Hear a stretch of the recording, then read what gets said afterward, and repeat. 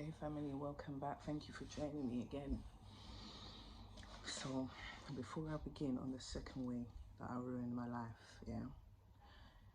if you haven't watched part one, please watch part one, because what I'm about to start off with wraps up on part one before we get into the second way.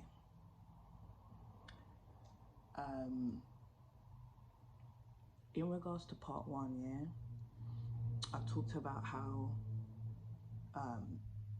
the person that you, and I want to be clear about this, the person that you lose your virginity to, I talked about how basically everything and who they are, you basically become.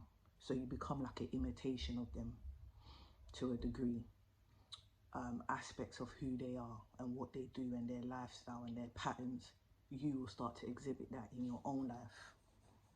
And that is specifically for a woman. I'll go into a man thing later, but that's specifically for women. So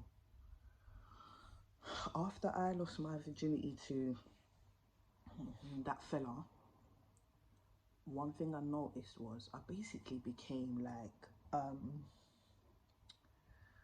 not crazy, but like I became like obsessive. Like I remember being on the bus with my friend and I used to talk about this guy continuously, non-stop, just talk. Everything I said was just about him. God knows what I was talking about because I didn't even really know him, so I don't know what I was saying, but I just used to talk.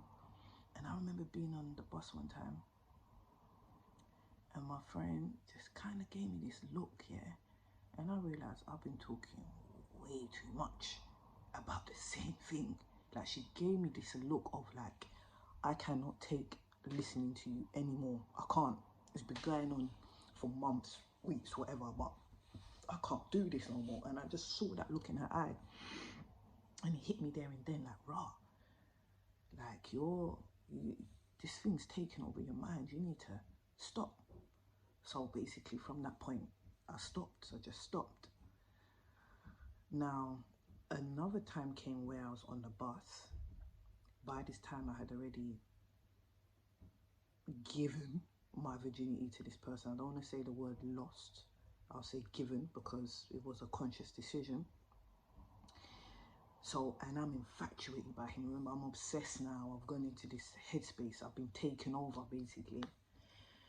And then we're on the bus and we get a call from some semi-mutual friends who weren't really that fond of me and my bedrooms, and we weren't really fond of them, but it was an unspoken thing on the surface. You know, we knew each other, we were cool. So they happily gave us a call, you know, bearers of bad news. They happily gave a call saying, oh, do you know what we found out? We found out that the guy that, you know, you lost your virginity to, he's actually got a girlfriend that he's been with for about 2 years, and he's got like another baby mother. Yo, that's another topic for another day.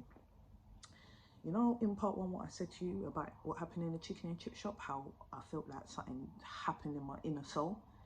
Something happened in my inner soul when I heard that, like that something happened in my inner soul. And I think from that moment, that was like just, that just took me into some next zones, which I will talk about in the other parts of this series, 10 ways that I ruined my life. So the first way I ruined my life was losing my virginity very young to somebody that I shouldn't have. And basically, because I did that, it affected me and led me into many other things, which has led me to where I am today, which I guess will be part 10 in a way. So this leads me to the second way that I ruined my life. And that still bounces off part one, which is dodgy relationships. I don't mean relationships that go wrong. No, I mean dodgy relationships from the get-go with dodgy people.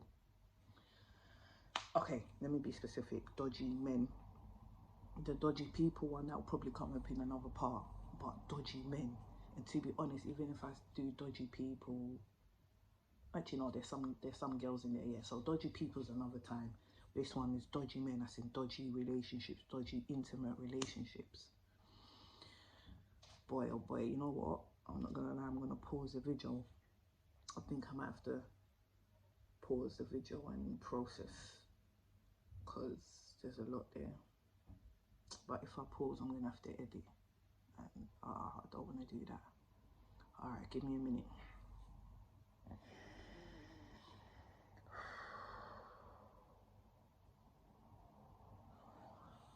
I've been in a few dodgy relationships, so I'm going to be very brief, because also if I go too detailed, you know, people are kind of going to know who I'm talking about. Some of them might end up watching this, you know, all of them stuff. Some people might start connecting the dots, which I don't really have a problem with, but right now it's all a lot to process. I'm not really trying to do that. I'm just trying to give you the 10 ways, yo, so that you can shine your eye when you get there.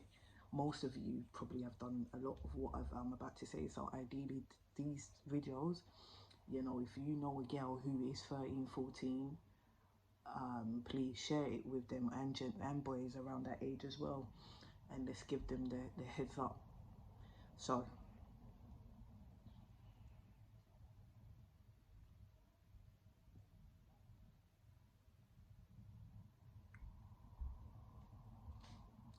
I was in a relationship with a guy, very basic, just a bit chit chatty on the phone, whatever, but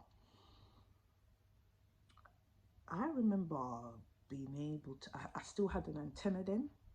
I was able to pick up like, this guy's not really, you get what I'm saying? And I was quite young then, but I was able to pick that up, you know. But ever since then, it's almost as if I lost that antenna. Or, like I said, I almost didn't care. I didn't even use the antenna anymore to even try to decipher, is this person legit or not? I don't know what I was basing my decisions on actually, but maybe that might come up later on. After him, I met another gentleman who, once again, look back and I just think, what the hell, you know. He wasn't nice to me one bit. There was nothing good about the relationship. I don't know what I was looking for. Once again, young, you know, older teens type of thing. I remember him trying to stab me with a key. Like, and that seems to be a pattern. Like, not a pattern, but it's not the first time that a man I've been with has tried to stab me. So that's something that maybe I can look at a bit later. Tried to stab me with a key, and then one time I was at his house, and one time I think I gave him this phone, some like spare phone I had or whatever, which wasn't even a legit phone. It didn't really function, but you know, back in the day you could do infrared and Bluetooth and just use it for music and stuff. So I gave it to him one time to use. Went to his house, was on the phone, then I come across pictures of like some girls bumming that on the phone. I'm just like, yo. So that was a big flare up. So we had a lot of back and forth, which I don't know what I was going back to. I don't even know. So our relationship was a lot of on and off, on and off.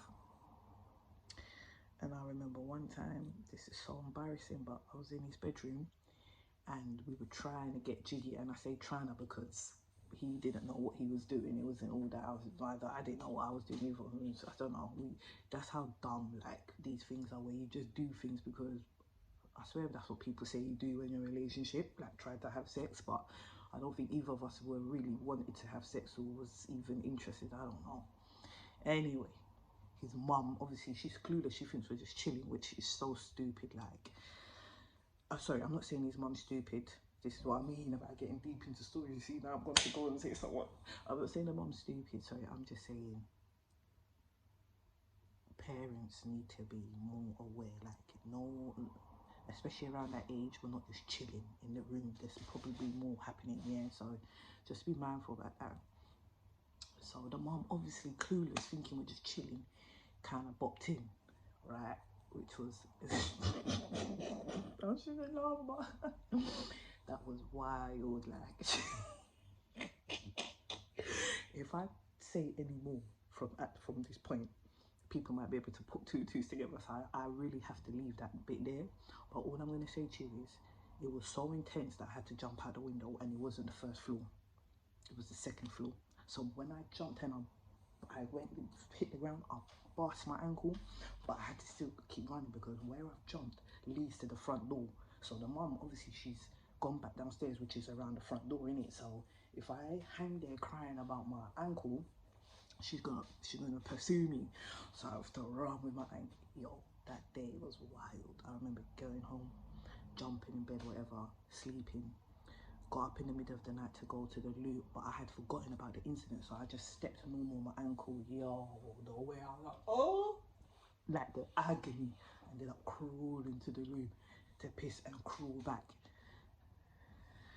Dodgy relationships. This video's already hit 10 minutes. I'm trying to keep it, these videos a bit, compact, but my life is, I don't know how I'm going to keep it compact, because that's just one. So yeah, I want to leave it as that, to be honest, because it's quite overwhelming. I think what I'm going to do, so that I can hit the points better, is actually like make a list of like maybe my top 5 dodgy relationships. There's about 5, I would say, if I count on my hand, like proper dodgy that impacted my life type of relationships. And then that way, in part 3, before I start the 3rd way I ruined my life, I will finish off part 2 with those stories there, but this time I'll be more back on it. So once again, thank you for joining me on the 2nd way that I ruined my life, dodgy relationships, to be continued.